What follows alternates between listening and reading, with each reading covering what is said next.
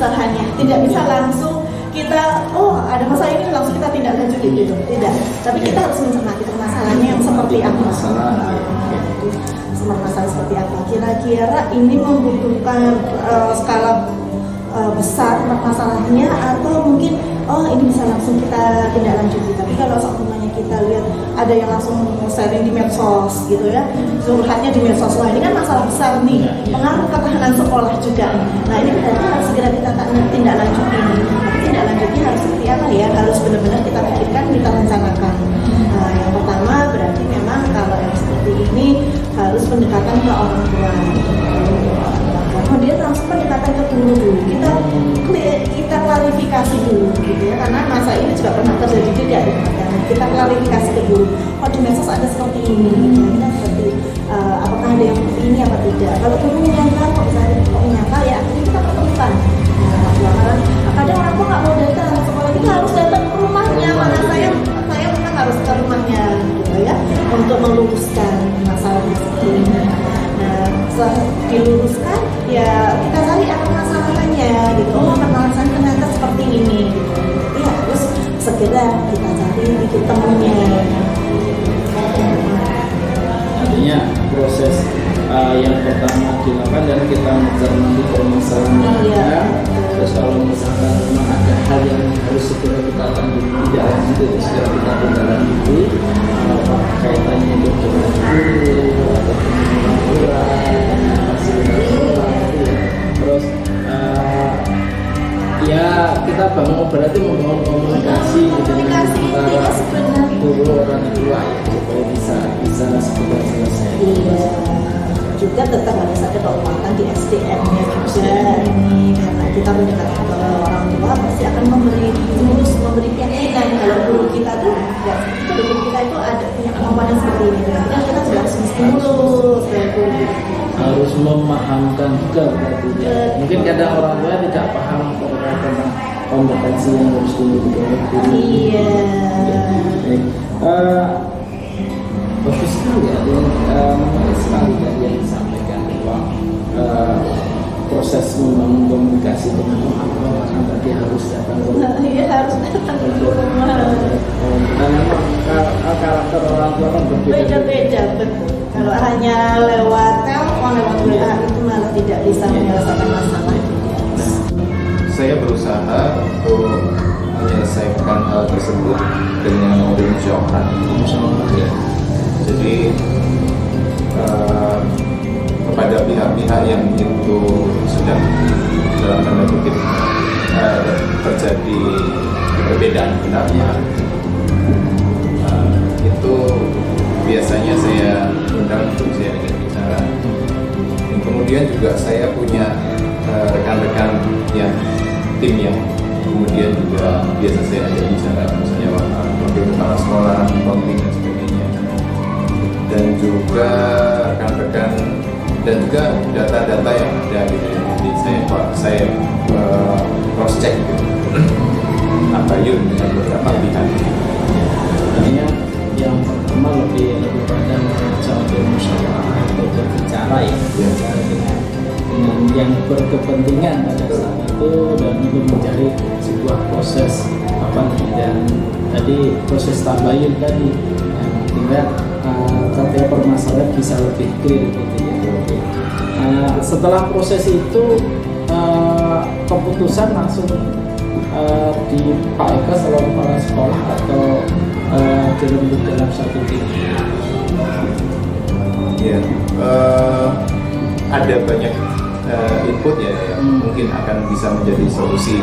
Jadi yang jelas kita tetap berusaha untuk mengarahkan lembaga ataupun rekan-rekan kita, guru, karyawan ini berupaya memegang nilai-nilai norma-norma yang sudah menjadi aturan. Ada pun bahwa proses solusi itu bisa jadi keluar dari semisal pertikaian antar wali murid, itu juga bisa diselesaikan antar mereka secara mandiri. atau memang harus dengan advokasi sekolah, itu juga bisa. Atau sekolah punya langkah lebih lanjut untuk membuat pertikaian itu mendapatkan solusi. Arahnya bisa saja dari yang mereka yang bermasalah, katakanlah ada sebuah konflik antara orang tua dengan orang tua, kalau mereka bisa menjelaskan sendiri mereka saya, ataukah kalau misalkan memang diperlukan advokasi dari sekolah itu juga bisa dilakukan gitu ya. Betul. Ya, kalau di sini kan kita ada piket harian kan? Ya. Jadi piket harian itu terdiri guru yang dalam satu hari itu ada 3 sampai 4 guru yang memang piket itu dalam artian tidak hanya standby di depan atau salam pagi lalu mengisi jam kosong, tidak, tapi juga menerima laporan, mungkin bisa dari guru, bisa dari siswa, ataupun apa yang dia temukan kejadian sehari-hari yang ada di sekolah dalam satu hari tersebut. Nah, ketika piket itu mengetahui satu kejadian ataupun dapat laporan dari guru tentang satu kejadian, nah piket ini lalu mengkonfirmasi kepada pihak tatib dan juga ke wali kelas. Ya, Mbak Tatib dan wali kelas bahwa ada kejadian ini. Ketika memang kejadian itu dalam artian tidak besar yang tidak membutuhkan sanksi ataupun punishment pada anak, lalu nanti terjadi pembinaan di wali kelas gitu kan. Tapi ketika memang itu harus sampai terproses di ranah tatib, maka tatiblah bertindak. Tapi tatib di sini pun juga bertindaknya tidak sendirian, dia koordinasi dengan guru BK dan wali kelas. Jadi pengambilan keputusan pun juga tidak sendirian, ada data, ada pendampingan dari wali kelas dan juga guru BK. Dan juga penelisik kasus pun juga tidak sendirian, dia dibantu dengan BK dan wali kelas. Nah, setelah dari situ baru ketika kasus itu besar ya, lalu pembinaan ketika sudah anak itu mengaku bersalah, ketahuan bersalah, lalu ada tulisan, ada surat pernyataan dan sebagainya, barulah nanti ada proses pembinaan di guru BK. Dan waktu tugas wali kelas itu ya, tadi sudah saya sampaikan, menyampaikan ya mendampingi anak ketika dalam semua proses itu, plus juga pemberitahuan kepada orang tua. Artinya dalam proses itu tetap terlapor hasilnya juga terlaporkan ke kepala sekolah. Iya.